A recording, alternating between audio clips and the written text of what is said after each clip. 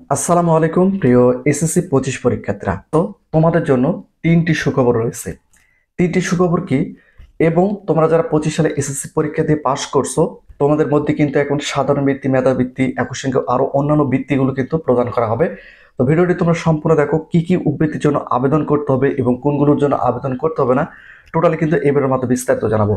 তো প্রথম যে সুখবরটা তোমাদের আমি দিব সেটা হচ্ছে যে এসএসসি 25 পরীক্ষার্থীদের মধ্যে তোমরা যারা পাস করছো, তোমরা যারা গোল্ডেন এ প্লাস পেয়েছো, এ প্লাস পেয়েছো, বা তোমরা যারা পাস করছো, তোমাদের মধ্যে এখন শিক্ষা বোর্ড থেকে, অর্থাৎ তোমরা যে বোর্ড থেকে পরীক্ষা দাও, ঢাকা, রাজশাহী, চট্টগ্রাম, দিনাজপুর, ময়মনসিংহ, মাদ্রাসা, টেকনিক্যাল, যে বোর্ড থেকে তোমরা পরীক্ষা দাও, প্রত্যেকটা বোর্ড থেকে এখন শিক্ষা বোর্ডের শিক্ষকরা নির্ধারণ করবে যে কোন কোন শিক্ষার্থীদেরকে মেধাবৃত্তি এবং কোন কোন শিক্ষার্থীদের সাধারণ বৃত্তি দেওয়া হবে।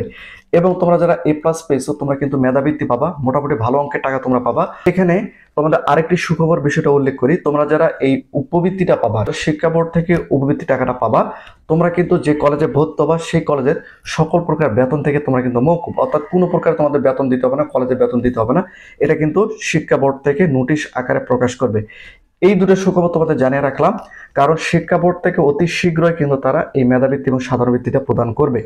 এবং দ্বিতীয় নম্বর যেটা রয়েছে, ডাচ বাংলা ব্যাংকের পক্ষ থেকে কিন্তু তোমাদের একটা উপবৃত্তির আয়োজন করা হয় প্রতি বছর, অর্থাৎ প্রত্যেকটা বছরই কিন্তু এটা আয়োজন করা হয়। ডাচ বাংলা ব্যাংকের পক্ষ থেকে এসএসসি 25 পরীক্ষার্থীদের যে উপবৃত্তি টাকাটা তারা প্রদান করবে, এই বিষয়ে কিন্তু অলরেডি তারা নোটিশ প্রকাশ করছে এবং 6 আগস্ট পর্যন্ত কিন্তু তোমরা আবেদন করতে পারবে। এখানে তোমরা দেখতে পাচ্ছ সকল তথ্য কিন্তু এই নোটিশের মধ্যে দেওয়া রয়েছে।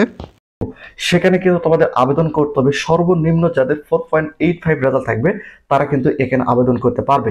আর 4.50 নিচে যদি থাকে সেক্ষেত্রে কিন্তু তোমরা আবেদন করতে পারবে না।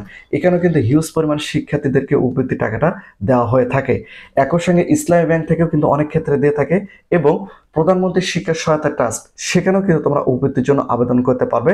এখন বিষয়টা হচ্ছে যে এই তিনটা বিষয় আমি তোমাদের এই জন্য জানালাম, কারণ তোমাদের মধ্যে অনেক শিক্ষার্থী রয়েছে যারা এখনো জানে না যে এই উপবৃত্তি টাকাগুলো তোমাদের দিবে এবং তোমাদের আবেদন করতে হবে। এখন কখন আবেদন করতে হবে, কোন সময় আবেদন করতে হবে, কখন তারা নোটিশ প্রকাশ করবে, এই বিষয়গুলো যদি তোমরা সবার আগে পেতে চাও, অবশ্যই তোমরা চ্যানেলটিকে সাবস্ক্রাইব করে রাখো।